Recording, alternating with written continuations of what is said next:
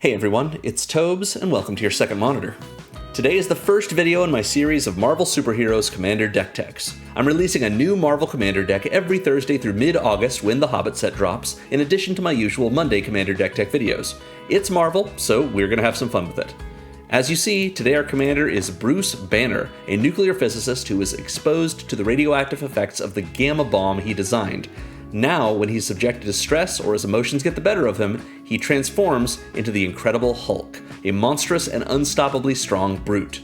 Fearing the Hulk's uncontrollable nature and its destructive capabilities, Dr. Banner isolates himself, toiling endlessly to find a cure for his condition while attempting to keep his allies and the world at large safe from his alter ego. I really like Bruce Banner as a character, particularly one distinct from the Hulk, and I'm excited to show you what I put together for him. But before we get started, let's go over my deck building template. I like to build my decks around my commander. I want to show off why the card is so cool and why I thought it deserved a deck of its own. So I take about 30 cards and put them toward doing whatever my commander asks of me. This is our game plan. It's what we do at the table and how we try to win. 30 more cards go toward supporting that game plan in the form of card advantage, acceleration, and interaction pieces. I usually run 1 or 2 sweepers, sometimes more if it would play into the game plan, sometimes, like today, none at all, and I almost always keep to a floor of 38 lands. That way I can always hit my land drops and cast my spells and, play commander. So let's talk about our commander. Bruce Banner is a 1/1 legendary human scientist hero for a single blue. He has 2 abilities, double X and tap to draw X cards, only as a sorcery, and also only as a sorcery, we can pay 2 double red and double green and transform him into the Incredible Hulk. We can also cast the Incredible Hulk for 2 double red and double green, either from the command zone or if we get him back into our hand, from our hand. This is a modal double-faced card, but also a transforming double-faced card. But what is the Hulk? Well, he's a legendary Gamma Berserker hero that is an 8/8 reach trample with an enraged trigger. Whenever the Incredible Hulk is dealt damage, we put a 1/1 counter on him, and if he's attacking, we untap him, and there is an additional combat phase after this phase. I'm going to say up front that I know how popular this commander is becoming, even with the Marvel Superhero set just having released. From what I can tell, most people are building around the Incredible Hulk, and it's no surprise why. Anytime he takes damage, it makes him angrier, which he assures us no one will like, and we get another combat phase. The Caltrops card comes in clutch for this. Building the Hulk this way is powerful and fun, for sure, but I went a different direction. Because I like Bruce. Like any long-running comic hero, he's had a variety of characterizations, but the Bruce I enjoy is one who's struggling. He hates the loss of control he undergoes when the Hulk takes over, and his guilt when he sees the damage he does to places and people alike isn't just real, it destroys him. He's constantly crushed under the weight of his grief for the terrible suffering he's caused, and he can't even process his feelings in a healthy way because if he lets himself get too frustrated. So the story that Bruce's card tells is perfect. All he can do is research, sifting through the data as fast as he can, coming up with idea after idea to try and solve the problem that he didn't just create, he became. His capabilities for science are boundless, taking as much of our resources as we're able to give him as he bends over his desk, pounding away at the problem until something seems like it might work. Tommy Arnold's art on Bruce's card is so good. It's like he's halfway between epiphany and despair when we've walked in on him, and we can practically smell his desperation and the danger it represents. I imagine this lab smells like sweat and stale coffee and that ozone stench given off by electronics too hastily assembled to be properly shielded. And that's what our deck is about. We're playing mono blue because we aren't a Hulk deck. We're here to help Bruce in his work. We want to get him out turn 1 and ramp as much as we're able to, not to play big spells, but to give him the funding he needs to make deep dives into our library. We have a bunch of ways of adding to this, particularly in making mana that can be spent on abilities, all in the name of research assistance.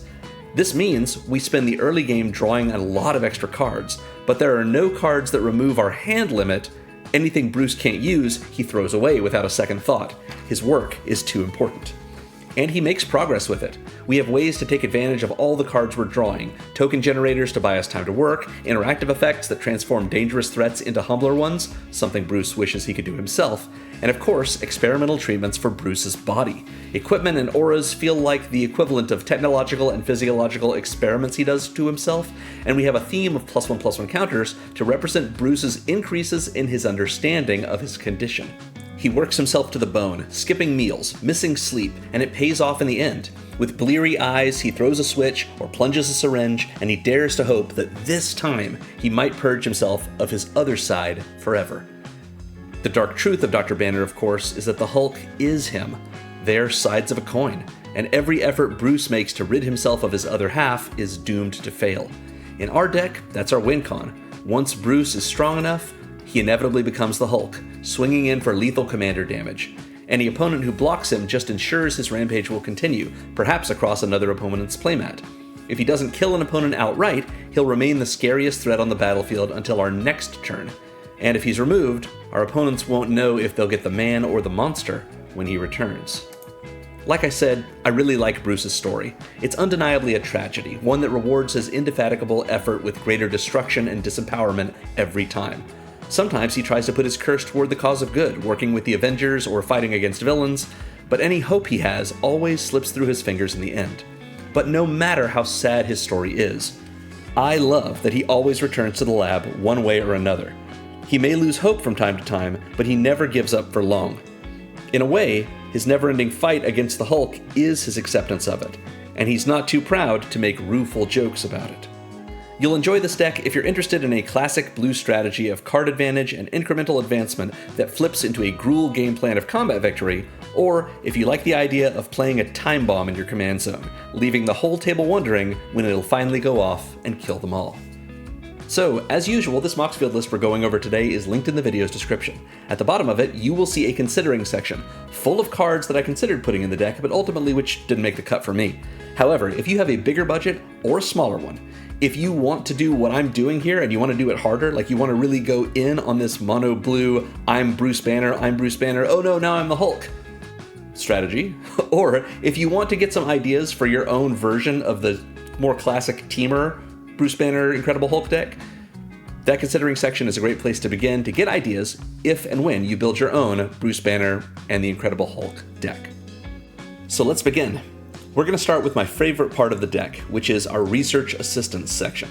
These are all cards that give us access to extra mana we can use whenever we want to draw cards with Bruce. We can also use these cards to activate Bruce's other ability, because all of these cards are meant to be used for activating abilities. Some of them are restricted in other ways, some of them are restricted only to that, but particularly we want to use things like Training Grounds, which we'll talk about first. This is a classic. We've got several cards in this deck that are like sort of spikes in terms of price, whereas most of our cards are worth less than $1. This is a single blue for an enchantment that says activated abilities of creatures you control cost 2 generic less to activate. This effect can't reduce the mana in that cost to less than 1 mana.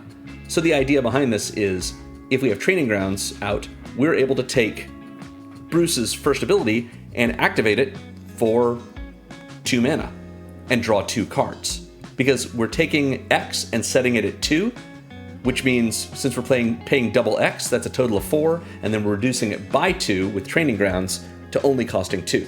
Unfortunately, we can't use this to reduce it to 0, but that's still pretty good. Training Grounds essentially means every time we activate that ability by paying mana into it, we get an extra card as well, and that's pretty sweet. All of these other effects in this section give us access to mana. The easiest one to talk about is Omen Hawker. I know I'm skipping around a little bit, but this is the easiest one. This is a 1/1 Octopus Advisor for a single blue that says tap and add a single colorless and a single blue, spend this mana only to activate abilities. So essentially, Omen Hawker, we pay a blue for it, and when we can untap with it, we can tap it and draw 1 card from Bruce. That's pretty great. Being able to use this to just turn it into a single card, making 2 mana by tapping a mana dork for it, that seems pretty powerful. We've got a couple of different other versions of that. I do also want to mention that transforming Bruce into the Incredible Hulk, which we don't usually do until probably turn 7 in this deck, but then turn 7 and 8 we're probably killing a player, we can use this for the 2 generic mana cost of Bruce's transform ability, because it costs double red, double green, and then 2 generic. We can use this colorless and blue for the generic mana cost. Just like we can use Training Grounds and discount that whole cost by 2 so that activating it only costs double green and double red. Pretty nice. Next up is Cryptic Trilobite, or Trilobite, whichever way you like to say it. Yeah, this is from the Ikoria Commander decks of Commander 2020. It's a 0/0 Trilobite for double X. So what we want to do is spend 2 on this. So it'll come in as a 1/1 because it comes in with a number of counters on it equal to X. So 2 mana, meaning we've 1 and 1, so it's got 1 counter on it, so it's a 2 mana 1/1. It says remove a counter from it to add double colorless, but spend this mana only to activate abilities, and pay 1 and tap it to put a 1/1 counter on it. So I know you're thinking, shouldn't we pump it up bigger so that we can spin these counters off of it? Not exactly, because notably, we have to tap it. We pay 1 and tap it to put a counter on it. But in order to remove those counters, we don't have to tap it at all. We just remove the counter to add double colorless. So the idea here is, at the very least, what we do is we cast this as a 2 mana 1/1, because it comes in with a single counter on it. Next turn, we put 1 mana into it and tap it to make it a 2/2. Then we immediately remove that counter we just put on it to get 2 mana out of it. So in a way, we're taking 1 mana and making it again into 2. So this is sort of a mana dork for us in that way.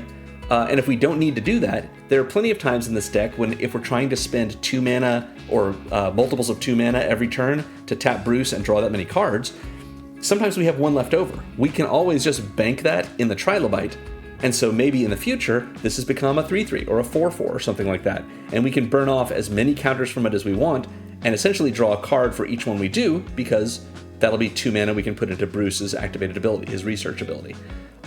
We can kill the Trilobite with that by removing the last counter from it if we really need to just cash it in for 1 more card we can draw. So yeah, this is a pretty nice card to fuel our research. So too is the Enigma Jewel. This is a card that does quite a few things, and we're only using one of them. So this is a legendary artifact for a single blue. It enters tapped, and it taps for 2 colorless that we spend only to activate abilities.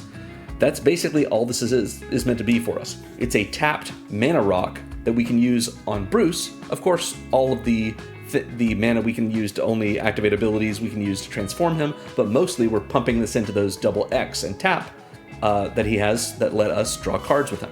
Now, let's talk about what the Enigma Jewel can also do, because it is possible we might do this, just probably not going to happen. It says craft with 4 or more non-lands with activated abilities for 8 and a blue, which means we exile it after paying 8 and a blue, and exile 4 non-lands with activated abilities, either from our battlefield, from the battlefield that we control, or from our graveyard. And then we return this transformed as Locus of Enlightenment, a legendary artifact that has each activated ability of the exiled cards we use to craft it. We can activate each of those abilities only once each turn, and whenever we activate an ability that isn't a mana ability, we copy it. We choose new targets for the copy. So most of our abilities are mana abilities. It is true that Bruce's ability to draw cards isn't a mana ability. So if we somehow get the Locus flipped, we're probably flipping it with a bunch of cards that have activated abilities that all require a tap. So we're only able to use the Locus to activate one of those abilities, unfortunately. So we've sort of lost out on a bunch of mana rocks or mana dorks in order to flip this. And when we do that, essentially what we're doing it for is to make a copy of Bruce's ability. Like if we pump 4 mana into Bruce's ability and tap him, we're going to draw 2 cards, but Locus of Enlightenment will trigger, and we get a second copy of it, so we actually draw 4 cards. So that's pretty nice for us, but we've got much more efficient ways to do this. It's just an option if we happen to find ourselves in a situation where, you know, it's something we are able to do for 9 mana. Typically, though, the Enigma Jewel is a single blue for a tapped 2 mana rock, so it's sort of like a soul ring we can only use for activated abilities. Pretty good. Next up is Hydraulic Helper. If you've seen the Iron Man movies, you'll recognize Dummy. This is the pneumatic arm that he has that, you know, isn't very good at its job. This is 1 and a blue for a 2/3 artifact creature robot with Defender that taps for a blue. We can't spend its mana on non-artifact spells. This is Power Stone mana. It works exactly the same way that all Power Stones work. If you're familiar with Power Stones from the Brothers War set, this is how it works. Essentially, you can use this mana in 3 ways. You can use it to activate abilities, which is what we're doing with it in this deck. This is a mana dork with a solid body that we can use as a defender if we need to, but we can also tap in order to put that mana into Bruce, and that's what we want to do with it. We can use this mana as well to pay costs. For example, if somebody has a Rhystic Study out and it says, do you pay the 1? We can use this mana to pay the 1. We can also use this to cast spells. They just can't be non-artifact spells, which is to say we can only use this mana if we're going to cast spells with it to cast artifact spells. But we can cast artifact spells with it. And we do have some good artifacts, like the Enigma Jewel. It's a pretty solid artifact. It's also blue. We have 26 other artifacts beyond the Hydraulic Helper in this deck. So this could be a solid, actual mana dork for us if we need it to, with its Power Stone mana. But usually it's in here to help out with Bruce. As is Pit Automaton. This is from Ether Drift. It's 2 generic for a 0/4 Defender, Artifact Creature Construct. So another solid booty on a Defender that we can tap for 2 colorless mana, but only to activate abilities. So again, we're using this to, it's sort of like a soul ring that we can only use on Bruce's ability. Not bad. And then, if we wanted to pay 2 and tap it, when we next activate an exhaust ability that isn't a mana ability, we can copy it and choose new targets for the copy. Again, no exhaust abilities in this deck, so not relevant to us. We only care about this. Next up is Sage of the Unknowable for Modern Horizons 3. This is 1 and a blue for an 0/4 Human Wizard, so another 2 mana 0/4, like we just saw with the Pit Automaton, but not a Defender. And it says tap to add a colorless mana, spend this mana only to cast a colorless spell, or activate an ability.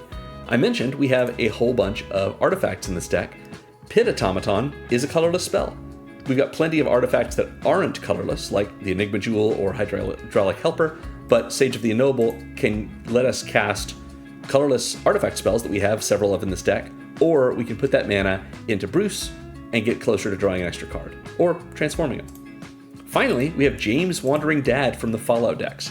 This is an adventure creature. If you haven't seen Adventures before, the way this works is you can either cast this as just a creature, which is James Wandering Dad, a 2/4 legendary human scientist, just like Bruce, for 2 and a blue, that taps for double colorless, but only to activate abilities. So another sort of soul ring creature for Bruce. So this is a scientist that's helping Bruce Banner with his research.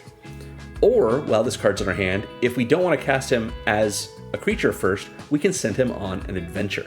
The adventure is Follow Him. For X and double blue, we get an instant speed adventure that lets us investigate X times. Which, I know you're thinking, if we're paying 2 and then we have to pay X there, I think we're spending 5 mana before we're doing better for ourselves than just pumping all that mana into Bruce. And sometimes that's true. Sometimes it's worth this just to play James. But we might, sometimes, want to make ourselves a bunch of clues that we can then use to have as card draw if we don't want to tap Bruce as well. Maybe Bruce has gotten some equipment or auras or just counters on him, and we want to be able to have him as a blocker and not necessarily use his tap ability to draw ourselves a bunch of cards. In that case, sometimes we can follow James and investigate a bunch of times, get a bunch of clue tokens, and we can have those around and cash those in for our card draw. But I was talking about adventures. When this is in your hand, you can either cast the adventure, and then you exile the card, and you can cast it as the creature side, or creature half, I should say, from exile, either that same turn or a later turn. Or you can just cast the creature and not send them on the adventure. The only way you can cast the adventure is from your hand. You can cast the creature from your hand or from exile if it was exiled by casting the adventure. But once he's in play, you cannot then cast Follow Him unless you somehow return him to your hand. That's how it works.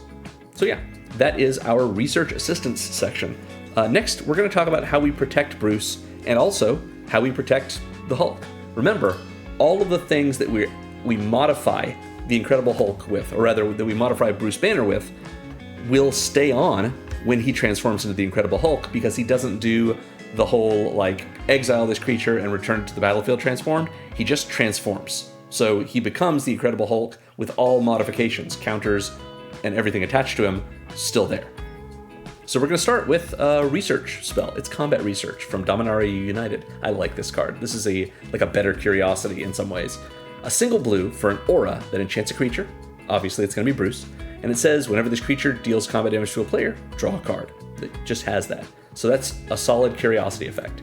And as long as the enchanted creature is legendary, it gets +1/+1 and has Ward 1. So a tiny little bit of protection, a little bit of pump, and a little bit of a way to keep drawing cards.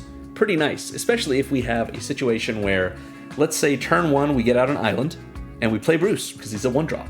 Turn 2, we could tap Bruce with our second land drop and draw a card, but maybe we have an Arcane Signet or some other 2-drop we want to get out, and somebody didn't make play a creature on their first turn, so we can swing in with Bruce. Occasionally, we get to do a little bit of combat damage with our commander before he becomes the Hulk. Combat Research is a great supplement for that if we need it. Next up, we have Eel Umbra. This is 1 and a blue for an aura with flash, so we can flash this in to protect Bruce when we need to.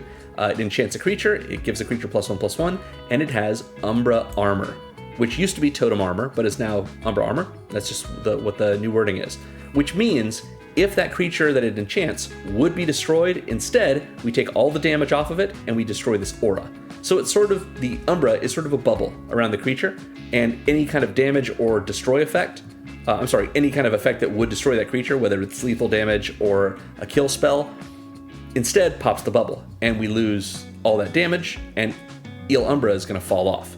But until then, it's giving +1/+1, and that's why it has flash. So we can respond to a kill spell or a bunch of damage somehow by casting Eel Umbra, flashing it in, targeting Bruce Banner, or of course the Incredible Hulk, and suddenly that our commander has +1/+1 and is protected from whatever kill spell or damage it's going to take and kill it. Next we have Lost in the Maze. This is X and double blue for an enchantment with flash, another flash enchantment, it's helpful, that says when it enters, we tap X target creatures and we put a stun counter on each of those creatures that we don't control. So in this deck, typically we're not tapping our own creatures with this. There's nice things we could do with that, and we'll see one in a moment, but usually we're using this as a little bit of a removal effect. It doesn't last forever, of course, but not every removal effect does last forever. So being able to tap down creatures and stun them is pretty nice. Just double blue, and then every creature beyond the double blue, we're getting to tap down and stun, which doesn't just mean they are tapped and can't, have their tap abilities activated, but it means they can't block. And it's going to mean they can't block for more than one turn cycle since they're stunned the whole time, until their controller's next untap step. And then they don't untap, they just remove the stun counter. So a nice form of evasion as well, tapping down someone's board and making it so they can't block us or anyone else that attacks them unless they play other creatures to do so. And Lost in the Maze says tapped creatures we control have hexproof. So this is pretty nice for us. We can flash this in, and if X is at least 1, we can tap Bruce with it. Bruce will be tapped down, which means we can't use him for whatever we wanted to use him for, but if someone's targeting him with a kill spell, he suddenly has hexproof. So that's pretty nice for us. It's also the case that it means every one of our turns where Bruce ends our turn tapped, which is usually happening because Bruce is getting tapped so we can draw cards, it means he's going to be hexproof until we untap with him. And then we probably, if an opponent has a kill spell that they're just saving for our turn, that's probably okay because Bruce is a 1-drop. He's easy for us to recast. If we're to the point where we have Lost in the Maze in play and we're drawing cards with him, it's likely, at least turn 3, maybe turn 4 or later. So getting Bruce out, again, not that hard. Now it is true, in a Voltron-y kind of deck, which this deck sort of is, it sucks to lose our commander and therefore lose all of our attached things, like especially our auras and our counters, but that's why we have this protection section we're in, and giving hexproof is a nice way to prevent that. Manhole Cover is next. This is from the Ninja Turtles Eternal set. 2 generic mana for an artifact with flash, another nice flash permanent, that says when it enters, target creature gains indestructible until end of turn. Our indestructible effects in this deck are so good with the Incredible Hulk especially, because it is possible for us to flip into the Hulk, go to combat, and someone just casts a Doomblade and he dies. That sucks. But if we have indestructible, then he's still going to take damage, which will enrage him if someone decides to block him. That damage just won't kill him if it would be lethal damage. So maybe we attack with the Incredible Hulk, and our opponent has enough of a board they can block him and kill him, even though he's currently a 18-18 or a 25-25 or whatever we've built up Bruce into and then flipped into the Hulk. And when that happens, we just flash in Manhole Cover. Bruce is now indestructible, or the Hulk, I should say, is indestructible. He's still going to take that damage and get the Enrage trigger. We will trample over whatever we might have trampled over, untap him, get a counter on him, and go right back to combat. And he remains indestructible that entire turn, So yeah, we might be able to take out the entire board that way. The entire, like every one of our opponents, if they keep blocking. Pretty good. We can also cash in the manhole cover once we're done with it by paying 2 and sacking it to draw a card. So sort of, this is a Mind Stone for us. It costs 1 more to sack and draw a card, but we can flash it in and make something indestructible in the meantime, but it doesn't tap for mana. So it's not really a Mind Stone, but you know, same kind of idea here. Next up is Ring of Evos Isle, a really cool card for any kind of blue Voltron deck. 2 generic for an equipment that equips for 1, and it gives the ability, or it has the ability, pay 2, and equipped creature gains hexproof until end of turn. This is great for us if we just need to hold up 2 blue and we're drawing 1 fewer card every turn to have insurance to make sure that Bruce Banner doesn't die and we don't have to re-equip anything. That's great. In addition, at the beginning of your upkeep, we put a 1/1 counter on an equipped creature if it's blue. All of our creatures that aren't colorless are blue, especially Bruce. So we want to put this on Bruce as soon as we can, leave up that 2 mana, and that 2 mana is either buying us hexproof when we need it to, or if we never spent it, we think of it as it at least bought us a counter, because we're going to get that counter either way while this is on, but it's going to help us either way. Next up, we have Run Away Together. This is one of our removal effects. It's 1 and a blue for an instant. Choose 2 target creatures controlled by different players. Return those creatures to their owner's hands. So it's double unsummon for creatures. We can remove 2 opponent's creatures, 1 creature for each opponent if we want to, or we can hit an opponent's creature and hit one of our creatures. So this is protection in a specific way. If we need to bounce the Hulk, or if we need to bounce Bruce, and we just don't want to be hit by a destroy effect that forces us to recast our commander either as Bruce or the Incredible Hulk, because maybe it's late in the game, with a commander tax, because a bunch of our ways of making mana in this deck will work for casting spells, but many of them are for activated abilities, like transforming Bruce into the Hulk. Run Away Together gets around the commander tax because the 2 mana we're spending isn't on recasting our commander from the command zone.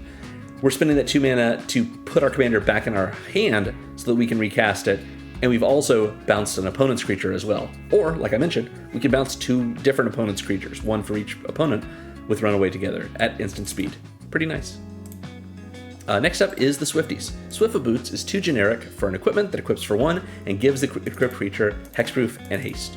Haste might be relevant for Bruce because we want to be able to tap for him to draw us cards right away. If we're not playing him on turn 1, or if we're having to replay him later, then being able to replay him later might be quite inexpensive for us since he's only a 1-drop, and we might be able to attach the Swifties to him and immediately pump more mana into him to tap him for that his tap ability so that we can draw those cards. Or if we've got just a huge amount of mana, maybe we recast Bruce Banner, put the boots on him, and then activate the other ability to make him to the Hulk. Maybe we would do that. I don't think we probably would, but it's an option. Anyway, the boots giving hexproof are pretty nice, and being able to re-equip if we need to. We have another flash spell, but this is a creature. A 2/1 legendary human hero called the Wasp, Winsome Avenger, for 1 and a blue. So another just 2 mana, but this gives us a 2/1 flash flyer that when it enters, target hero gains hexproof until end of turn. Bruce Banner, amazingly, is a human scientist hero, and the Incredible Hulk is a Gamma Berserker hero. So either way we want to protect him, he's a hero, so the Wasp can protect him. And whenever the Wasp attacks, tap target creature defending player controls. So we get a little bit of evasion in the form of tapping down a defending creature, or creature that could defend. So it's likelier that if they block the Hulk, they're only doing so to ablate some damage, or to reduce the damage that they're taking from it, but it's going to do damage to the Hulk, giving him a counter, untapping him, and giving him another combat phase. However, just using the Wasp to protect Bruce is also a pretty sweet choice, because then we untap with her and we can attack with her, and if an opponent has only 1 flyer or reach blocker, then the Wasp can tap them down when she attacks. Next up, we have Champion's Helm. This is 3 generic mana for an equipment that equips for 1 and gives the equipped creature +2/+2, and as long as that equipped creature is legendary, it has hexproof. So this is a little bit more expensive Swiftfoot Boots, It costs 1 more than the Swifties do, but equips for the same cost and gives +2/+2. Does not give haste, but still, Champion's Helm is giving us quite a bit here. That little +2/+2 can do a lot more damage when we think about the Incredible Hulk. So yeah, very nice. Darksteel Plate, I almost never put this in my decks, simply because, you know, there's better ways to protect your commander a lot of the time, but in this deck, it works great for us. 3 generic mana for an equipment that equips for 2, it is indestructible, and it makes the equipped creature indestructible. It's that simple. Making Bruce Banner indestructible while we just wait for him to turn into the Hulk, that's going to make everyone scared. Everyone's going to be looking for their bounce spells or their exile effects or anything along those lines. And if they can't find them in time, we flip over and we have an indestructible Incredible Hulk. Endurance Bobblehead is the only bobblehead we're running in this deck. I thought about running actually 3 of them. If you're familiar with these artifacts, they care about the number of bobbleheads you have, but we only really need the 1. So this is a Manalith, which is a 3 mana artifact that taps for 1 mana of any color, but it also has another ability, which is pay 3 and tap, and up to X target creatures you control get +1/+0 and gain indestructible until end of turn, where X is the number of bobbleheads you control as you activate this ability, only as a sorcery. So if we only have 1 bobblehead, which is the Endurance Bobblehead, then we're only able to put this on 1 creature. And it's costing us 4 mana to do so, which is 3 here and the opportunity cost of the bobblehead. But when we do that, we're getting a little bit of a pump effect, but more importantly, we're at sorcery speed, making Bruce Banner or the Incredible Hulk indestructible until the end of turn, which, like I mentioned before, if we're hitting the Hulk with that, it's going to last throughout the entire turn for every different combat we're having to deal with. And if we're doing this with Bruce, that's okay. It's not as reactive as we'd like it to be, since it's sorcery speed, but being able to give indestructible when we think we're going to flip him into the Hulk, or when we think that an opponent might have something dangerous coming up, you know, that they are not going to just use in response to this. I guess kind of a low percentage instance of a thing. But yeah, a nice way to protect the Hulk at the very least. Finally, we have a new Darksteel Plate. It's 3 generic for an equipment that equips for 4 but equips a commander for 2. It is the Unstable Molecule suit that gives +2/+2 and indestructible. So it's like Darksteel Plate in that it costs 3 and equips for 2. Darksteel Plate, same thing. Only works that way on your commander, equips for 4 on someone else, but it gives indestructible and +2/+2. Now, it itself is not indestructible the way that the plate is, so sorry, Reed Richards, I guess you're not as good as you think you are, I don't know. But yeah, having a nice backup Darksteel Plate for our commander is pretty good. So that is our protection section. We have one more section that's about our game plan, and it's the things that pump Bruce up. So we've seen a few of them already. We've seen Combat Research, gives Curiosity and +1/+1 in Ward 1. We haven't seen Wizard class. So I lied a little bit about the idea of there being no effects that give us no maximum hand size. I forgot about the Wizard class giving us that. It's never relevant to me. But for a single blue mana, we get a class enchantment. The way this works is it starts out at level 1. At sorcery speed, we can pay the cost to level it up to level 2, and it gains that text. And then at level 2, at sorcery speed, we can pay the cost to level it to level 3, and now it has the text for all 3 sections. So level 1 is just, we have no maximum hand size. Sometimes, I don't know, maybe he's working with Doctor Strange and Bruce has learned a little bit about how to be a wizard. When we get to level 2, when it becomes level 2, we draw 2 cards, because that's divination. So this is kind of referencing the diviner class from Dungeons & Dragons, since this is from Adventures in the Forgotten Realms, you know. And then for 4 and a blue to level 3, which means we've spent 9 mana on this, but over the course of at least 3 turns. It says whenever you draw a card, put a +1/+1 counter on target creature you control. We have a couple of versions of this effect, and all of them are valuable to us. This is very expensive to get to, but like I mentioned, we can space it out, and being able to draw our first card for turn, just in our draw step, and get a counter on Bruce. Tapping Bruce with X = 3, putting 3 counters on him in addition to drawing 3 cards. You know, this gets him to be pretty big pretty quickly, even if we're not able to start doing this until, let's say, turn 5, and actually getting the counters on turn 6. Even with that, by turn 7 or 8, Bruce is enormous, and therefore the Hulk is enormous. Or enormous-er. Anyway, next up is Astrologian's Planisphere. This is from the Final Fantasy set.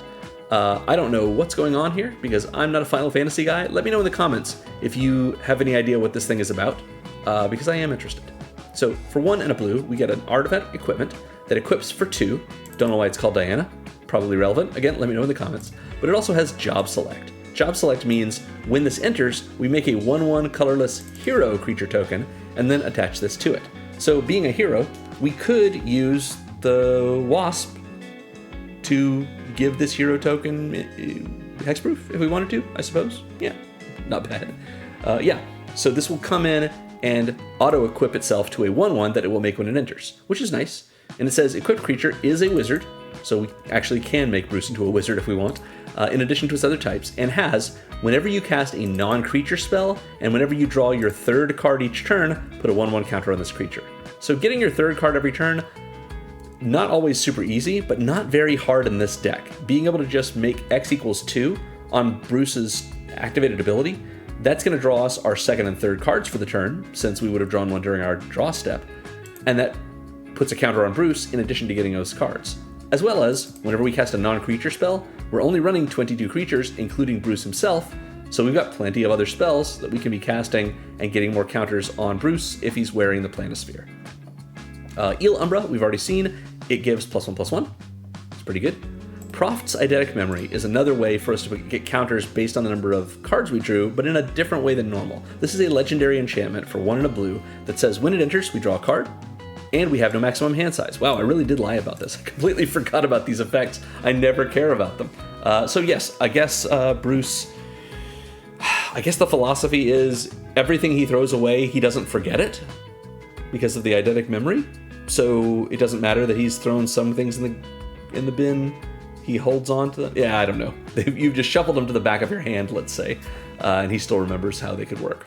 So, Proft's Eidetic Memory, 2-mana enchantment. When it enters, we draw a card. It gives us no maximum hand size, and at the beginning of combat on our turn, if we've drawn more than 1 card this turn, we put a number of 1/1 counters on a creature we control equal to the number of cards we've drawn this turn -1. So essentially, if we've drawn more than 1 card this turn, every card beyond the first is a counter we put on one of our creatures. And they all have to go on the same creature, but they're all of them are always going on Bruce. So we play this during one of our turns. When we get it in, it will draw us our 2nd card that turn if we haven't drawn more than 1 card already. And so we're going to get at least 1 +1/+1 counter on a creature when Proft's Eidetic Memory comes in. Usually, as long as we are activating Bruce pre-combat, we're going to go to our start of combat, and Proft's Eidetic Memory will trigger and put a bunch of counters on Bruce and set us up for him being even bigger. We've seen the ring. The ring puts a counter on the equipped creature at the beginning of our upkeep if that creature is blue. Unstable Experiment felt like a bit of a flavor win. I know this is Norman Osborn and Green Goblin themed, but it's a Marvel card and it's talking about unstable experiments. I feel like that's the Hulk. This is an instant for 1 and a blue that says target player draws a card and then up to 1 target creature you control connives. To connive is to loot. It's to draw a card and then discard a card. What's special about it is if the card you discard is not a land, you put a 1/1 counter on the creature that connived. So the idea here is if we need to pump up Bruce or the Incredible Hulk, we use Unstable Experiment at instant speed, draw 2 cards and discard 1, and as long as we discard a non-land, we get a counter. The reason we draw 2 is because conniving is draw 1, discard 1, but we just drew a card first. So a pretty nice way to draw 2, discard 1, and probably get a counter on something. Specifically Bruce. The solution is turning green. Could it be the Hulk? Next up, we've seen Champion's Helm gives +2/+2 to the equipped creature. We've seen the Endurance Bobblehead. It does give Indestructible, but also +1/+0. It's something. So I know Nerd Rage is from the Fallout decks, and I don't mean this as a joke. It's actually good in this deck. But yeah, it is a little bit of a joke. But it does work for us. It's 2 and a blue for an aura that enchants a creature, and when it enters, we draw 2 cards. So 2 and a blue at its sorcery speed, draw 2, that's already divination, and that's fine.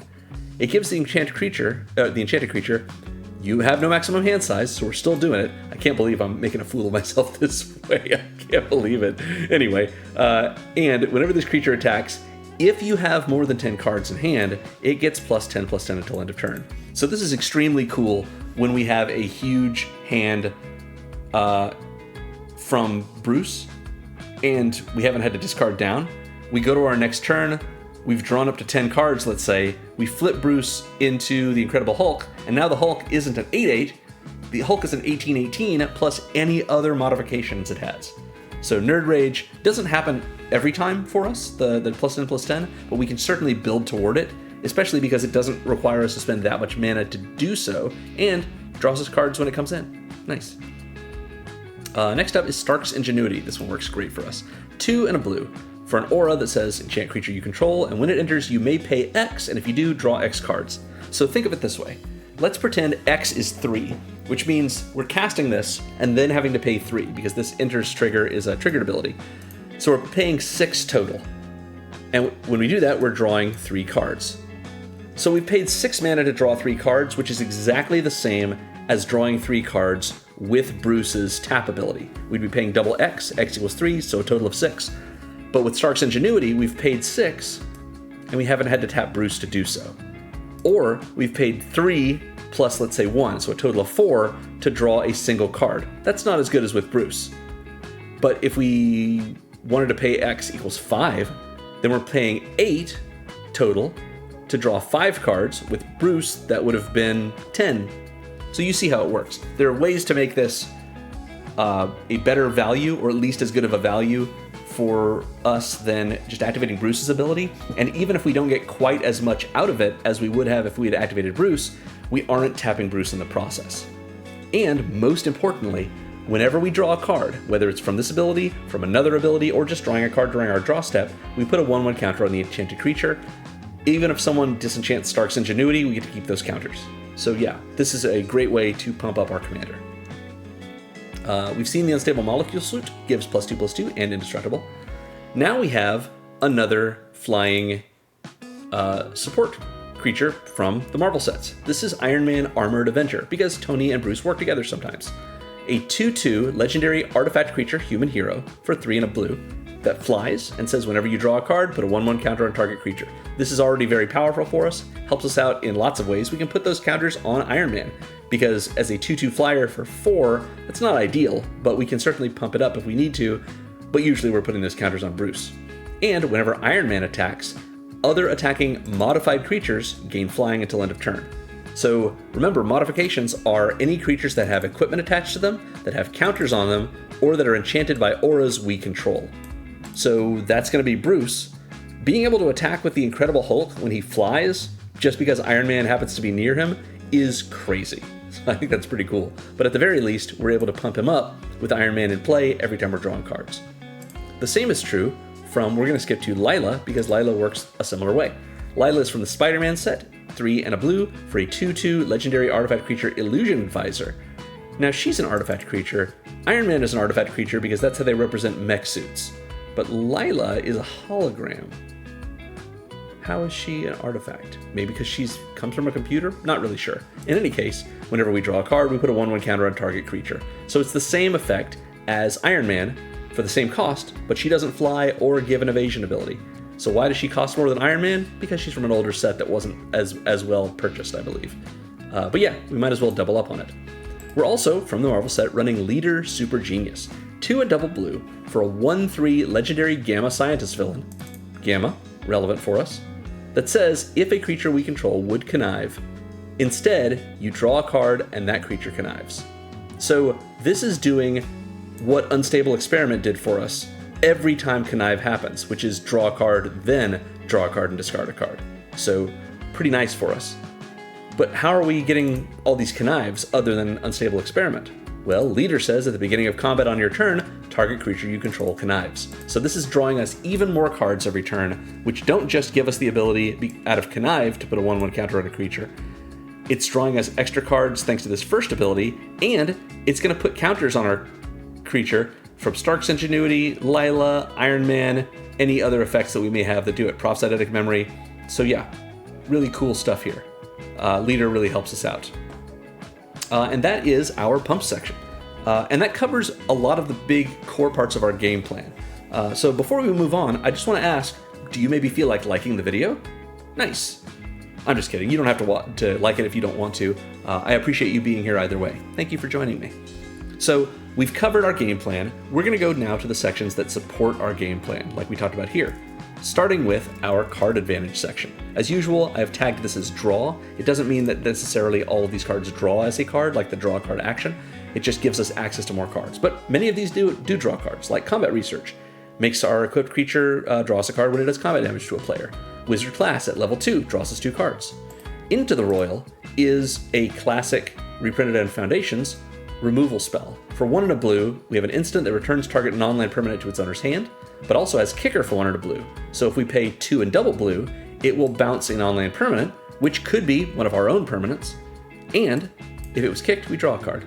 So we can use this protectively if we want to. I didn't put it in the protection section because we're not usually doing that, but for the same reason that we have Runaway Together there, we could put Into the Royal in that section. But in any case, this can draw us a card, and typically when I run this spell, or different versions of it, like Blink of an Eye, I try to cast it for 4, because being able to replace itself, in addition to bouncing, a creature, a enchantment, an artifact, whatever we need other than a land, is very good. Just getting an extra card as well.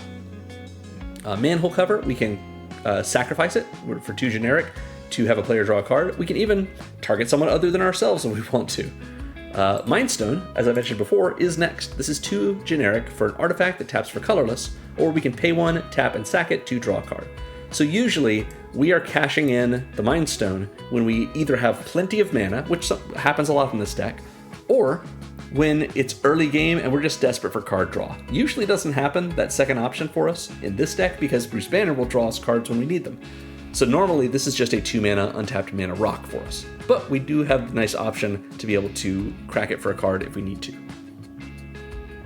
Next up is Ominous Seas. 1 and a blue for an enchantment that says whenever you draw a card, put a foreshadow counter on this enchantment. Foreshadow counters don't have an inherent mechanical meaning, they're just used by the card. Because once it has 8 foreshadow counters on it, we can remove 8 counters of 8 of those foreshadow counters and make an 8/8 blue Kraken creature token. So Ominous Seas rewards us for all the cards we're drawing with big creatures. What's nice about this is, this effect is at instant speed. And it doesn't say you have to do it when it only has 8 counters on it. We can do it when it has 12. We can do it when it has 24 and remove all 24, 8 at a time, and make 3 of these Kraken if we want. The Ominous Seas is really nice as a card that people just forget about, or they see it and they're like, why do you have so many counters on that card? And we just say, don't worry about it. They're foreshadowing something. And they're like, okay, and then they get to see what it foreshadows later. Obviously, don't hide the fact that it can make Kraken from your opponents. That's not cool, but it's just Ominous Seas, the ability to suddenly have Kraken emerge is pretty sweet. But it's in this section because we can cycle it, meaning we can pay 2 generic and discard it from our hand to draw a card. If we really just don't need Ominous Seas in play, we can turn it in for a card for the same rate we were paying with Bruce, which is 2 mana for a card, and that's not bad. Prophesied Memory enters and draws us a card. Unstable Experiment lets us draw a card and then connive, so we're drawing 2 and discarding 1. Good card advantage and selection. James, Wandering Dad, can let us investigate a bunch of times by following him. Nerd Rage draws us 2 when it first comes in. Stark's Ingenuity can let us pay X once it enters and draw that many cards.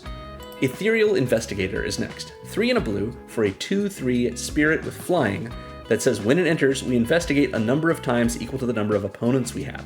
So if we've got 3 opponents, we make 3 clues. Pretty good. Clues, when we crack them, we draw cards, so that's pretty nice.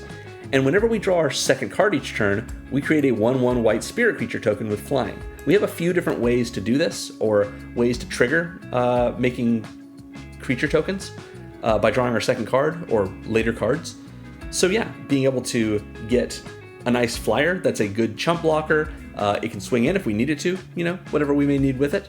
And it's likely to happen not just with Bruce, but also with these clues that we're making, drawing our second card.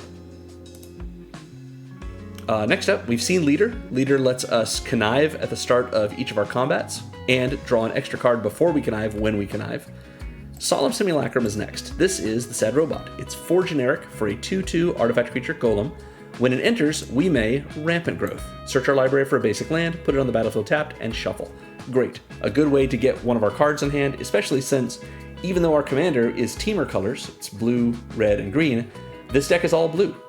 The only time we're spending non-blue mana in this deck is to transform Bruce into the Incredible Hulk, or if it's really late game, recast the Incredible Hulk as the Incredible Hulk rather than Bruce first. So most of the time, we are, even though we have a deck that has green in it, we don't have any kinds of actual rampant growth effects, so the Sad Robot is here to help us out with that. We get to go find ourselves, maybe we have 2 green sources and 1 red source. We need 1 more red source in order to flip the Hulk. Sad Robot can do that. And if we don't need those extra multicolored sources because we've got plenty of them in this deck, we just find another island because we've got a lot of need for blue. And when the Sad Robot dies, we can draw a card. Great. Last in this section is Commit to Memory. This is a really sweet card. I was excited to be able to think about putting this in the deck because I mentioned before, Bruce is brilliant, so this thematically goes with him. But in addition, it's a draw spell and a removal spell in Aftermath form. So what this is when it's in our hand, it is Commit. 3 and a blue for an instant that puts target spell or non-land permanent into its owner's library second from the top. So because it can hit spells on the stack, this is another way we can protect ourselves if we wish to. We can take a kill spell or a board wipe or something and put it directly back in its owner's library second from the top, or we can hit any non-land permanent with it, like a commander, like a dangerous or powerful artifact, like a Panharmonicon, whatever it may be, or a doubling season, anything like that. If I want to mention, we hit someone's commander with this, they may choose to put it in the command zone rather than back into their library second from the top. I almost always tell this story when I use Commit to Memory in these videos because I do have a friend who I hit with Commit to Memory, and she said, "Oh, I'll just put my commander second from the top, I'll draw it in a couple of turns, no big deal." Forgetting that Commit to Memory is commit and also memory. Memory is a sorcery for 4 and double blue that has Aftermath. Aftermath means memory can only be cast from a graveyard, and when we do, we exile it. So the idea is we cast Commit, it goes to the graveyard, then we cast Memory from the graveyard that turn or the next turn. And what Memory does is each player shuffles their hand and graveyard into their library and then draws 7 cards. So it's just a refresh and wheel, which is pretty nice. It draws us cards because we may have more than 7 cards in our hand when we do this, but it's not that likely. And so if we're down to like 6 cards, we can pay 6 mana into Bruce to draw 3 more, or we can just pay 6 into Memory and mess up all of our opponent's plans, get everything that was in our graveyard back into our library, and set ourselves up again for more research. The reason this is so cool is because if an opponent decides to actually tuck their commander into their library rather than return to the command zone when we commit to memory, even if we do it the next turn, if our opponent has only drawn 1 card during that turn cycle, their commander's on top of their library. And if they have to shuffle their hand and graveyard into their library, they don't then get to put their commander back in the command zone, because their commander, even though they know it's the card on top of their library, it is in a hidden zone, and they had 1 chance to move it to the command zone when it would have entered a hidden zone, which was when we tucked it with commit. If it's in their library, when we tell them you got to shuffle your library and your hand and graveyard together, then they have to shuffle their commander into their library. They don't get to pull it back out then, since it's not changing zones at that point. Which is exactly what happened to my friend. And yeah, I don't have any memory of that game beyond that moment. I don't have no memory if she killed me in that game. She may well have, but in that moment, I felt like a winner. So yeah, that is Commit to Memory, and that is our card advantage section. Let's talk now about our acceleration, which, as usual, I've just tagged as ramp. Of course, we're running Soul Ring. This is a single generic mana for an artifact that taps for 2 colorless mana. It's very powerful. This is tapping 1 thing to draw 1 card off of our commander if we needed to. Yeah, obviously put it in your deck. Wayfarer's Bauble is next. I mentioned rampant growth effects. In our mono blue deck, Wayfarer's Bauble is a great one. A single generic mana for an artifact that if we pay 2, tap, and sack it, we get to rampant growth. So find ourselves a basic, put it on the battlefield tapped, and shuffle. So even though this costs 3 mana to cast and activate, it's only 2 mana to activate, so we could do this turn 1 and then turn 2, and we're paying the same amount on turn 2 for rampant growth as a green player would pay for actual rampant growth. So yeah, I think Wayfarer's Bauble is very strong for this. Next up, we've got Arcane Signet, 2 generic for an artifact that taps for 1 mana of any color in our commander's color identity. So in this deck, it taps for blue, red, or green. Terrific.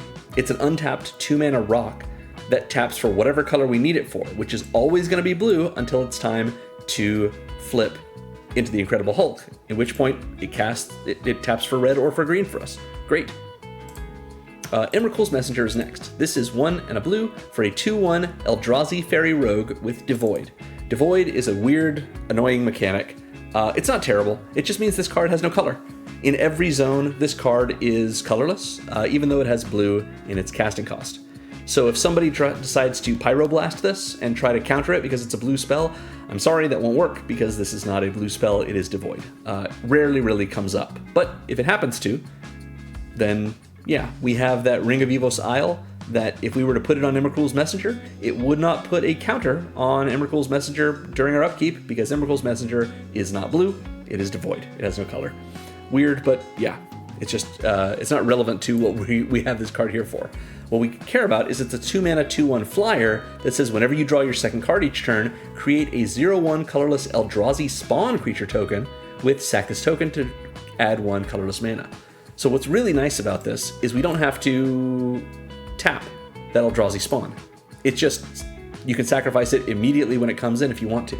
So every time we draw our second card every turn, we're making a 0/1 token that we can block with, we could attack with, I guess, if we wanted to, but it sits there and waits for us to sacrifice it so that we can pump more mana into Bruce and draw more cards. Great.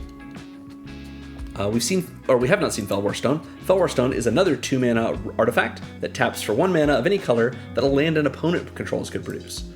So even if all of our opponents are playing nothing but white and black, then this is a 2-mana untapped rock that can be used to pay any cost that doesn't require colored mana. So that's Bruce Banner's tap ability. That's pretty good. But if we have any opponent who's playing green, which is pretty common in Commander, Felwar Stone makes green for us in case we may need it. If they're playing red, same is true. And if someone's playing blue, or if they just have lands in play and maybe like a chromatic lantern that says all of their lands can tap for any color, that means their lands can produce blue, so our Felwar Stone can too. Great card for us to fix in any deck that has at least 3 colors. Oftentimes you might run this in decks that only have 2 colors since it's an untapped rock. It's just a little dependent on what your opponents are playing. But for us, it works great. We've seen the Mind Stone, taps for colorless. We haven't seen Poo Poo UFO. This is from the Final Fantasy set. It's 2 generic for an 0/4, another one of these. It's an artifact creature, construct alien.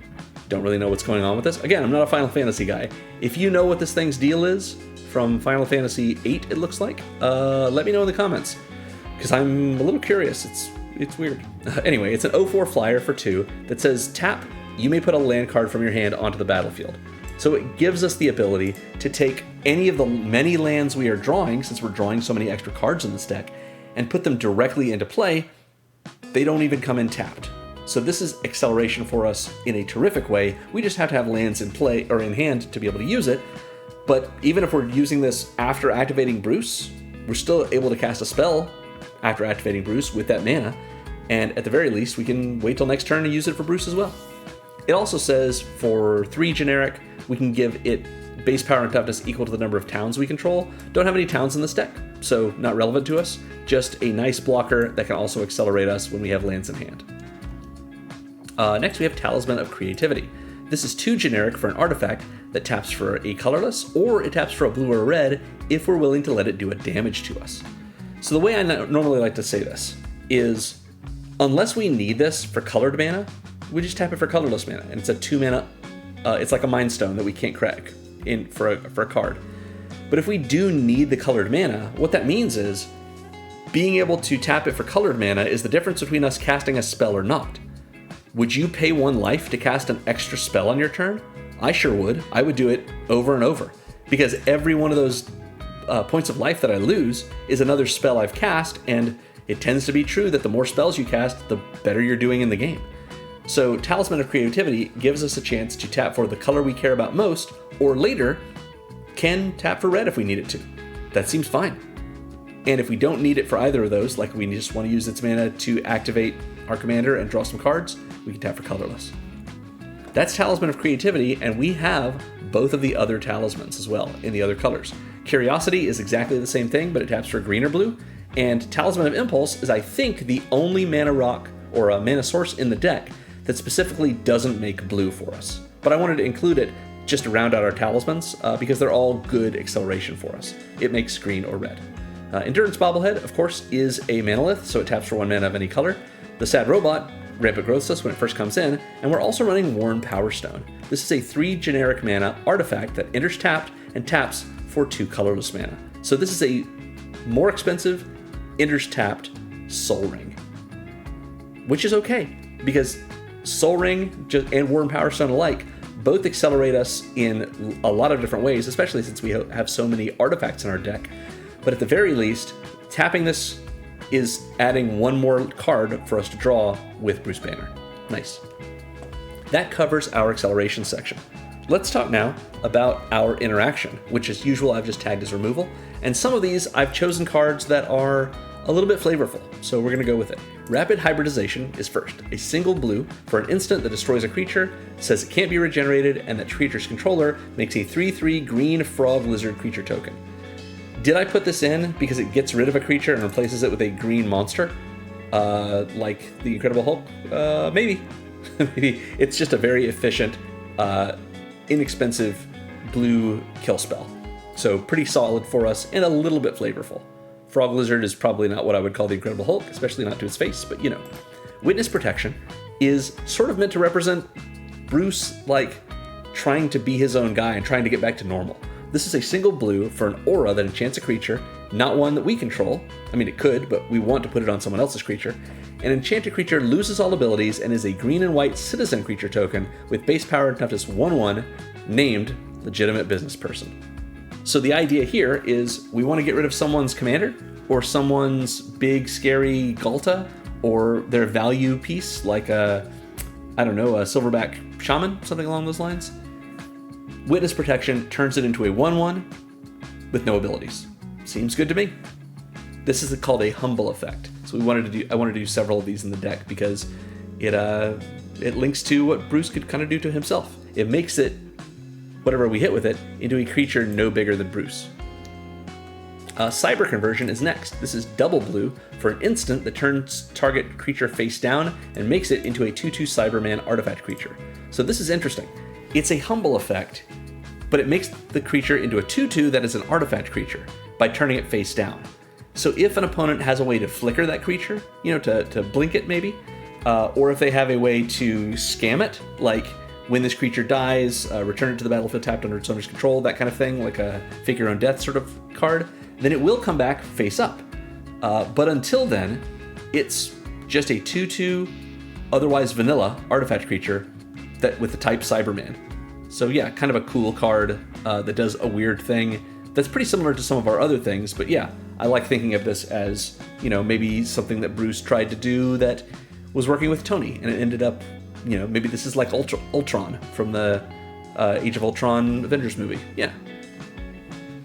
In Too Deep, another kind of one that I think is flavorful. It's double blue for an aura with Split Second. Split Second is sort of like, it's not really like Flash, because it doesn't have Flash, but the idea is, as long as this spell is on the stack, players can't cast spells or activate abilities that aren't mana abilities. So it doesn't affect us, but the idea here is, in general, with In Too Deep on the stack, there's not going to be any interaction with it. Players can't cast spells, so they can't counter it, or bounce it, or anything like that. So there are some ways around this, but not that many of them. So In Too Deep is a nice way to shut off somebody's creature, or planeswalker, or clue. Probably not shutting off clues, but shutting off creatures and planeswalkers is pretty nice with this. We can hit someone's commander with it, and that's not a terrible use. Yeah. And so what it does is it turns that permanent into a clue, that with the clue text. It's an artifact. If they pay 2 and sack it, they draw a card. It otherwise loses all other abilities. So they've gotten In Too Deep, and it's just a way for them to pay 2 and draw a card, which is what Bruce is doing with his tap ability every time we pay a multiple 2 and draw that many cards. Into the Royal we've already seen. It's a bounce effect for any non-land permanent. We can hit our own stuff with it if we want. Lost in the Maze we've seen. It puts stun counters on any creature that we don't control that we tap down with it when it enters. Noggle the Mind is another card that's just like Witness Protection. It's 1 and a blue for an aura with Flash, enchants a creature, makes that creature lose all abilities and become a colorless Noggle with base power toughness 1/1. What is a Noggle? It's this kind of weird donkey creature person thing, I think, from Lorman Eclipsed. Not really sure, but this seems like a word people would use to mean they're thinking hard, like I'm noggling my brain about this. Seems like a Bruce Banner thing, maybe. Anyway, next up we have Reality Shift. This is 1 and a blue for an instant that exiles a creature and then its controller manifests the top card of their library. To manifest, it means they take that card and put it face down into play as a 2/2 vanilla creature. Doesn't even have a name. If that card is a creature card, they can pay its mana cost to turn it face up anytime they want. It's essentially instant speed, technically. It's anytime they have priority, but it doesn't use the stack, so no one can really respond to it the way they normally would. But if it's not a creature card, then it's just going to be a 2/2 creature, the whole time. So in a way, this is kind of like an effect sort of like Path to Exile or Swords to Plowshares, just exiling a creature and they get a little kickback from it. Nice. We've seen Run Away Together. It's a double bounce, pretty good. Amphibian Downpour is really fun. This is 2 and a blue for an aura with flash that enchants a creature and gives that enchanted creature, causes them to lose all abilities, become a blue frog creature with base power up as 1/1. And so this is a little more expensive for a flash enchantment that does the Witness Protection or Noggle the Mind thing. However, it has Storm. Storm means when we cast this, we ask ourselves how many other spells were cast this turn. Not how many spells did we cast, but how many spells did everyone cast this turn. When we figure out how many other spells have been cast, we make that many copies of Amphibian Downpour on the stack that will all resolve before the original. And since this has Flash, if it's an opponent's turn and they cast 3 spells, we then cast Amphibian Downpour, maybe during their end step, maybe during combat when they're attacking, and we get 3 copies of this, since they cast 3 spells before we cast this, and the original. So there's going to be 4 creatures in play, which may belong to that player whose turn it is, or they may not, that are all going to get enchanted with Amphibian Downpour or copies of it, and thereby become ability-less 1/1 blue frogs. Pretty nice way to humble some things. We have seen Commit to Memory. Commit, of course, can tuck a spell or an online permanent. And Imprisoned in the Moon is my favorite blue answer to commanders. This is 2 and a blue for an aura that enchants a creature, land, or planeswalker. It's kind of like In Too Deep in that way, except it could hit lands rather than clues, because it makes the enchanted permanent into a colorless land that taps for 1 colorless mana, and it causes that permanent to lose all other card types and abilities. So, of course, we hit a big creature with this, we hit a dangerous planeswalker, but I usually like to hit someone's valuable commander, something that they've spent a lot of mana on or is giving them a lot of value, because if Imprisoned in the Moon hits their creature, we could have enchanted that creature with Noggle the Mind or with Amphibian Downpour, but then they've got a creature that they could just sacrifice to anything you can sack a creature to, that they could attack with and hope someone blocks, or even make a deal with an opponent and say, I'm attacking with my 1/1, will you please just block it so I can put it back in the command zone? Or if they get attacked, they get to block with it. Imprisoned in the Moon doesn't give them any of those options. Once it resolves, unless they find a card that can interact with their own lands, they've got to find something they can remove enchantments, or make a deal with an opponent to get them to remove an enchantment. And if they don't, their commander just sits there, providing colorless mana for them, and not giving them anything else. That's pretty sweet. That covers our removal section. And I mentioned at the start, we've got no Wraths in this deck. I don't want to be in a situation where we are being overwhelmed by other creatures, but Bruce is too focused on what he's doing to worry about those other creatures, because remember, every other creature in play is someone who could block the Incredible Hulk, thereby giving us a counter, untapping the Hulk, and awarding us an additional combat phase. So yeah, no Wraths in this deck, so we're just going to move to our supplemental categories, of which we have only a few. We're going to start with our Payoffs category. These are all cards that reward us for doing what we were going to do anyway. For example, Wizard class, level 3, gives us a counter on one of our creatures whenever we draw a card. We're going to be drawing a lot of cards with our commander. Astral Legends Planisphere gives us that counter on the equipped creature whenever we draw our 3rd card each turn, as well as whenever we cast a non-creature spell, of which we have many. Imrikul's Messenger, we've already seen, gives us that Eldrazi Spawn when we draw our 2nd card each turn. Similarly, Mischievous Mystic is also 1 and a blue for a 2/1 flyer. but it says whenever we draw our second card each turn, instead of making an Eldrazi spawn, we make a 1/1 blue fairy creature token with flying. These are great for blocking, blocking in the air especially, just having nice little tokens that can chump block for us, or can even swing in if we really need to. Ominous Seas rewards us with a foreshadow counter every time we draw a card, and those eventually become big krakens. Prophet's Eidetic Memory gives us extra counters on one of our creatures at the start of combat on our turn, assuming we have drawn more than one card during our turn by that point, which we usually will. Chasm Skulker is 2 and a blue for a 1/1 squid horror that says whenever we draw a card, we put a 1/1 counter on this creature. And when it dies, we make a number of 1/1 blue squid creature tokens with Island Walk equal to the number of 1/1 counters that were on it. So this is a nice way for us to get tokens as well, but we basically fill up the Chasm Skulker, and then when it dies, we get all of our little tokens. In addition, they have Island Walk, which isn't usually that relevant, but if any opponent has any islands, those tokens can't be blocked. So maybe we're getting free bonus damage. Maybe we don't have to win with commander damage with the Incredible Hulk. We can win with a big swing from the Hulk and a bunch of little squids that can't be blocked. Neat. Detective of the Month is next. This is 2 and a blue for a 2/3 human detective with Ascend. Ascend means if at any point we have 2 conditions happening. If we control 10 or more total permanents, that includes tokens, that includes lands, whatever they may be, and any permanent that has Ascend, then we get the City's Blessing, which is a status that we will keep for the rest of the game, even if we drop below 10 or more permanents or we lose our Ascend creature. So yeah, City's Blessing is pretty nice, because the Detective of the Month cares about it. As long as we have the City's Blessing, detectives we control can't be blocked. Of course, this is a detective. Pretty good. And whenever we draw our second card each turn, we make a 2/2 white and blue detective creature token. So kind of similar to our Chasm Skulker in that these can't be blocked once we have the City's Blessing, since they are detectives. Neat. But we're just getting paid off for our second draw every turn. In a different way, but still making tokens, is Nadir Kraken. 1 and double blue for a 2/3 Kraken that says whenever we draw a card, we can pay 1, and if we do, we put a 1/1 counter on the Kraken and make a 1/1 blue tentacle creature token. So we get a bunch of little 1/1s every time we draw cards, as long as we're willing to pay a single generic for those 1/1s. And when we do, the Kraken also gets bigger. So this is a little bit like a combination of the Chasm Skulker before it dies and after it dies, but we are having to pay 1 for each time. Pretty good. Nice to have some sort of redundancy with these things. We've seen Stark's Ingenuity. It puts a counter on the enchanted creature whenever we draw a card. Thopter Fabricator is another card that cares about our second draw every turn. This is 2 and a blue for a 4/4 vehicle with crew 2 that flies. And it says whenever we draw our second card each turn, we make a 1/1 colorless Thopter artifact creature token with flying. So another 1/1 flyer.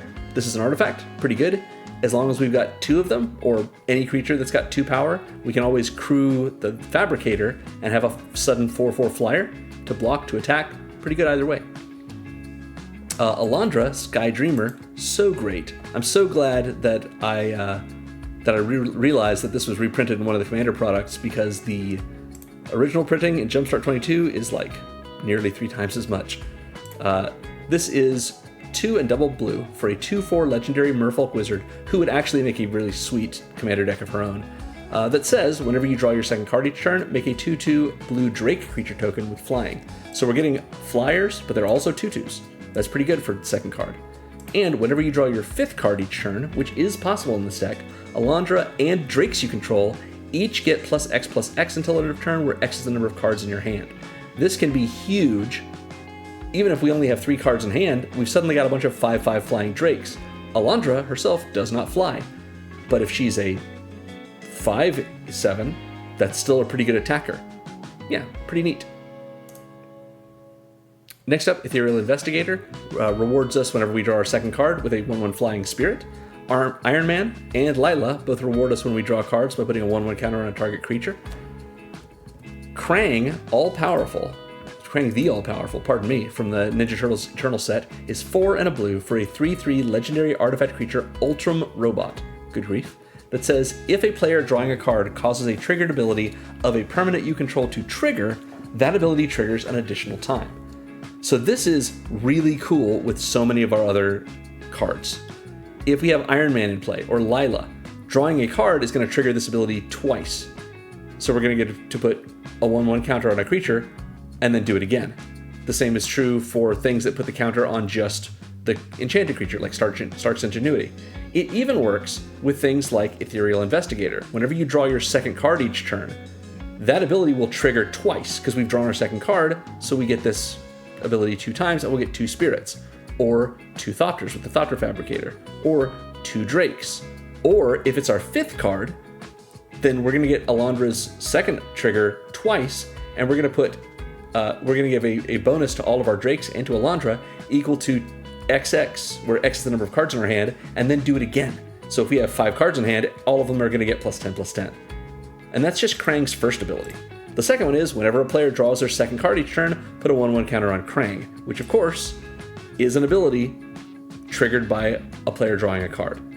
So we're going to get to do that twice. So whenever a player, not just us, draws their second card, Krang becomes a 5/5, then a 7/7, then a 9/9. Very cool.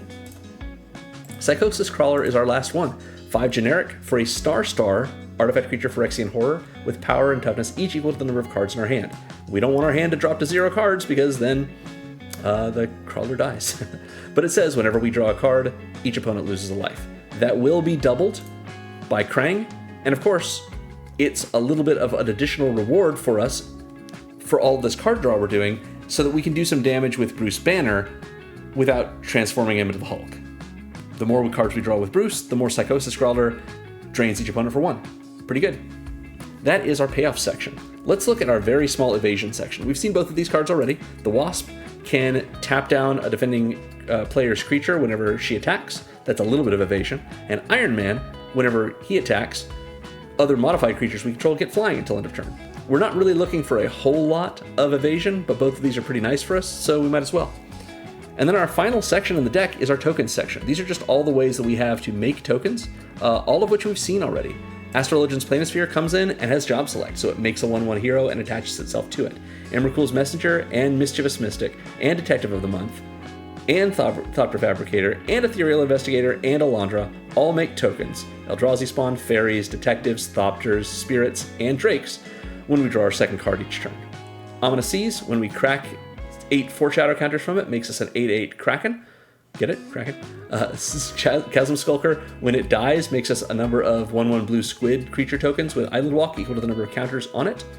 And Nadir Kraken lets us pay 1 every time we draw a card to put a counter on the Kraken and make ourselves a 1/1 blue tentacle creature token. And that covers all of the spells in our deck. As usual, we're going to go over our land base now, starting with our basics. We are running 12 islands and 3 forests and mountains, because we're not casting any spells that are green or red unless our commander goes back to the command zone and it's late enough in the game that we want to just replay out the Incredible Hulk, which we can do since it's a modal double-faced card. Normally, though, these 3 forests and mountains are in the deck just to be in our deck and provide mana for our generic mana costs, like activating Bruce's tap ability to draw us cards. Mostly, we just want to draw islands because this is a mono blue deck. These, normally, in decks where I have a very small minority color, I usually run no fewer than 2 basic lands of those minority colors, simply because if someone happens to mill us, or if we are conniving and we decide not to get the counter, we just want to throw away a land, it may be the case that, we end up not having access to one of our colors because we milled one of them and we need 2. With these, I wanted to make sure for definite that we have access to plenty of sources of the colors that we need in order to flip the Hulk. I don't think we even really need to run 3 mountains and 3 forests in this deck, but the math works out totally fine, so this is the spread I suggest.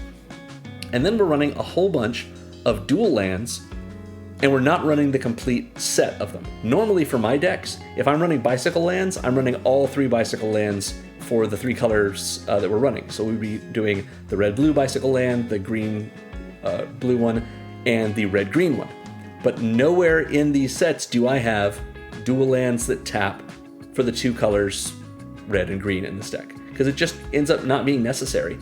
Being able to have every card provide us our primary color of blue, and then one of our other colors, ends up being totally fine for us. It's been very rare that I've gotten to turn 7 or 8 and gotten plenty of value and gotten Bruce into a big enough position that flipping him into the Hulk would be effective for winning the game, or at least ending the game for one player, and I didn't have access to 4 pips, 2 green and 2 red. It's usually in lands, sometimes it's in some of our other effects like our Endurance Bobblehead, but most of the time we've got plenty of lands that can do this for us, and as you've seen, we have a couple of effects that are essentially rampant growth, like with Solemn Simulacrum. If we're really just desperate for it, or Wayfarer's Bauble, if we really need to find a forest, we can go get one of our basics. It's fine. So bicycle lands, like Coastal Peak, are dual lands that are dual typed, island and mountain, so it inherently taps for blue or red. This is a tap land, but we can also cycle it for 2. So if it's in our hand, maybe late game, because usually early game, it's very easy for us to get Bruce out on turn 1, and then start using him to draw cards, but maybe it's late game and we just don't need lands anymore. We can cycle Coastal Peak and draw ourselves a card. Otherwise, however, it has our basic types, which is relevant for other cards in our land base. So we're running Coastal Peak, which is an island mountain, Rainslick Copse, Forest Island, but they work the same way, both bicycle. Our check lands are what I was talking about when I was talking about these being dual typed, because Hinterland Harbor is a land that taps for green or blue and enters tapped unless we control a forest or an island. We've got plenty of islands in this deck, not that many forests though, but it does not say basic island or forest. So we've got 12 islands and 3 forests, which is 15 cards in our deck that can make Hinterland Harbor come in untapped. But we also have Rainslicked Copse and Coastal Peak, both of which are mountains. Rainslicked Copse is also a forest. So that's 15 cards plus 2 here for 17. We also have 2 Tango lands in this deck, so that's 19 cards. I usually say it's worth running these check lands if you have at least 18 cards that will make them come in tapped. We've got 19 in this deck, so totally fine. If you would want to upgrade these cards, the bicycle lands, you could definitely put shock lands in the deck. They're just much more expensive. And the check lands, I might usually say slow lands, but we are actually running the slow lands in this deck, so I think it's worth just keeping these. So now we're going on to our fixing lands. We've of course got Command Tower. This is an untapped land, taps for 1 mana of any color and our commander's color identity, which is in this case blue, red, or green. So it's an untapped tri-land. Of course we're going to run this. It's got the same text as Arcane Signet, and it's just as good, at least as good. So yeah, keep it. Similarly, we have Path of Ancestry. This is a tap land with the same text as Command Tower, taps for 1 mana of any color in our commander's color identity. Great, a tapped tri-land sounds great to me. It says when that mana is spent to cast a creature spell that shares a creature type with your commander, we also get to scry one. So that's great. It means this is a tapped tri-land that we can get scries off of if we use it to cast our commander or any of our other creatures that share a type with our commander. We have 4 other humans in this, actually I think 6 other humans in this deck, some of which are scientists or heroes, and we have Leader, which is also a gamma creature. So like 7 other cards beyond just our commander that will give us the scry when we use Path of Ancestry to cast it. Plus, if we cast our commander, then yeah, we're getting that scry as well. Now I want to make mention about Leader, because Leader is a gamma scientist villain. It will get the scry if Bruce Banner is face up, or if Hulk is face up, because Bruce Banner is a scientist, Hulk is a gamma creature. Normally, the way this works, if you're thinking about a transforming double-faced commander, in any zone other than the battlefield or the stack, we only use the creature types of the front face. On the battlefield or the stack, we use the creature types of whichever face is face up for Path of Ancestry. So it's not like we're treating the Hulk and Bruce Banner as having their combined creature types with Path of Ancestry. Just so you know how that works. In this deck, it's not really going to matter that much.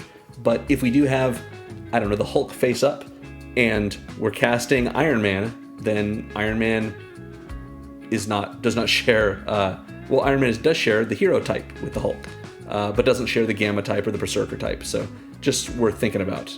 There are definitely James Wandering Dad, which is a human scientist, which shares types with Bruce Banner, but not with the Hulk. You see how it works. We're running Exotic Orchard as well, because if Command Tower is the land version of Arcane Signet, this is the land version of Felwar Stone. It taps for 1 mana of any color that a land an opponent controls could produce. Very nice for us. It's the same tricks as Felwar Stone. In addition, if an opponent's running their own Exotic Orchard, then our Exotic Orchard sees their Exotic Orchard, and their Exotic Orchard sees all of our other lands, which makes our Exotic Orchard tap for 1 mana of any color that a land we control could produce. Kind of neat. Finally, we're not running a fetch in this deck. I normally, in a deck that has a green base, would run Blighted Woodland, and a deck that doesn't have a green base would run Myriad Landscape, but the speed at which we need to go with this deck and the way the land base is built, we just don't really need it, especially with the number of cards we're drawing.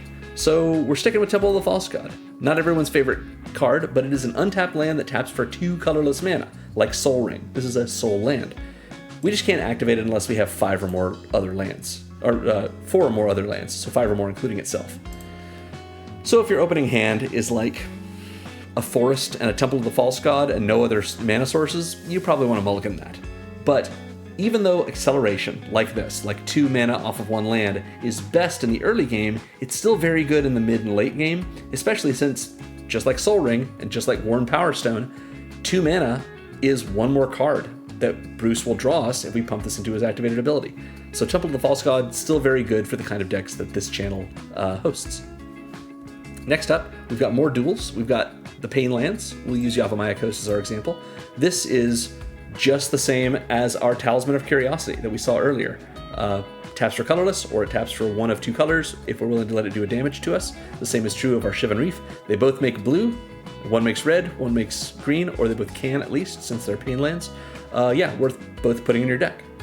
We're also running Scry lands. Temple of Epiphany is our example. This is a tap land that makes blue or red, and when it enters, we scry 1. So just a free scry on top of our tap land that makes our primary color and 1 other, and we've got the Temple of Mystery for the other one. Works totally fine for us. I wouldn't upgrade the Pain lands at all because they're very inexpensive and they're very powerful. You could, if you wanted to upgrade the Scry lands into the Surveil lands, pay a lot more money, but it would give you dual-typed lands, which help your check lands, gives you Surveil, which is a little bit better than Scry sometimes. Yeah, totally fine. We're also running the slow lands. We'll use Dreamroot Cascade as our example. This is a land that enters tapped unless you control 2 or more other lands. So if it's your first or second land, it's going to come in tapped. Otherwise, it's an untapped duel that taps for green or blue. Doesn't have basic land types, but pretty solid. Normally, these are what I would suggest upgrading check lands to, but in this deck, both types of lands are very good, so we might as well run both. We've of course got Stormcarved Coast for our red-blue version. Both of these are now cheaper, thanks to Secrets of Strixhaven, most recently being printed at time of recording, so thanks Secrets of Strixhaven. Yeah. And we've got the Tango lands, which work pretty similarly to the slow lands. These are dual-typed lands, much like the Bicycle lands. This is an Island Mountain for Scorched Geyser, so inherently it taps for blue or red, and it enters tapped unless you control 2 or more basic lands. So as opposed to the slow lands, which just require you to control 2 or more other lands, the Tangos don't come in untapped unless you control enough basics. But how many basics are we running in this deck? 18, which again is the threshold that I go for things like check lands. So we're pretty likely for our Tangos to come in as untapped duels that are themselves basic typed. So pretty good. Finally, I guess we have 2 more sections. We've got the Frontier Bivouac. This is a tri-land. It's a tap land, makes all 3 of our colors. Perfect. It's a worse Path of Ancestry in this deck, which means it's a worse command tower, and it's still worth running. Tap land that makes all of our colors? Sure, sounds great to me. If you want to upgrade this, you could do the Ketria Triome. Triomes are great. Just a lot of money, but they can cycle and they have the basic land types. Then we have our 3 utility lands. Castle Vantress is a land that comes in tapped unless we control an island, which we likely are going to, and it taps for blue. So another blue source for us. We can also pay 2 and double blue to scry 2 if we tap this. So a nice little bit of utility, not usually using it rather than just spending that mana to just draw those 2 cards with Bruce, but sometimes you've got extra mana lying around and you want to be able to use your mana from lands to scry and your mana from all of your rocks or mana dorks to activate Bruce. That's also fine if you've got an awful lot of mana sitting around and you want to make sure your next draws really count. Demolition Field is next. Typically, in the kind of decks that I build for this channel, the power level is such that the kind of pod that wants this sort of deck is not usually looking for an experience where their lands can be targeted or destroyed. And that's reasonable. Mana denial, especially mass land destruction, but even individual mana denial, is not an experience everyone wants out of Magic or Commander. However, you do have to have an answer for problematic non-basics, like a Rogue's Passage in a Voltron deck, sort of like our deck, that's making their huge commander attack unblockably, or a Glacial Chasm in a deck that wants to win with combat damage and it's preventing us from doing so. Anything in play that is empowering someone else's game plan or disempowering our ability to execute our game plan is a threat and therefore needs to be answered. And so there's no problem with having a single answer out of 100 cards that can do that. Demolition Field is my answer for that. This is an untapped land that taps for colorless, or if we pay 2, tap, and sack it, we destroy a non-basic land that an opponent controls, and that land's controller then may search their library for a basic land, put it on the battlefield not even tapped, and shuffle. And so may we. So neither we nor they are down a land. Their land is replaced with a basic, so is ours, assuming, of course, we both had basics left in our library. And so we're not being denied mana as long as we didn't use Demolition Field to destroy something that produces, 2 mana, like a bounce land or something. If we blew up a Gaia's Cradle, that's totally fine. That is a threat, So yeah, you want to obey your groups, or I guess, abide by your group's sort of vibe and general, feel for what people want to do. But Demolition Field is a nice way to remove problematic non-basics while not really denying anyone any mana. Finally, we've got Tyrite Sanctum. This is from Kaldheim. It is a untapped land that taps for colorless. Then we can pay 2 and tap it, and target legendary creature becomes a god in addition to its other types, and we put a 1/1 counter on it. This is a nice way to just repeatedly put counters on Bruce Banner if we need to. It is costing us 3 mana, so 2 plus tapping the Sanctum, so we're denying ourselves the mana it could make. But if we really need counters, that's totally fine. We can also put them on the Incredible Hulk this way. Making it a god is not that relevant, unless we look at the last ability, which for 4 and tap and sacrificing the Tyrite Sanctum, we can put an indestructible counter on target god. So we would have to activate this ability targeting our commander before we could activate this ability. Which is to say, we're tapping essentially 3 mana sources and then 5, so a total of 8, and it ends up being that creature has a single 1/1 counter on it and an indestructible counter, which is pretty solid. One more source of protection in our commands, in our land base rather, is pretty nice, and of course a repeatable way to put even more counters. Sounds good to me. And that sums it up. Again, I'm releasing new Marvel Superheroes Commander decks every Thursday through mid-August when the Hobbit set drops, so let me know in the comments if you'd like to see a specific commander or style of deck. I have a request process for this that my patrons can do on my Patreon at patreon.com/secondmonitormagic. But feel free to make requests. Maybe I can figure it out if you put those in the comments. So yeah. So thanks for watching, everyone. If you want to support what I do here, make sure to like and subscribe. Ring that bell if you want to be notified when my videos go live. Like I said, consider joining my Patreon at patreon.com/secondmonitormagic or becoming a member of this channel on YouTube. And remember, most of all, that magic is fun. You should play more Magic.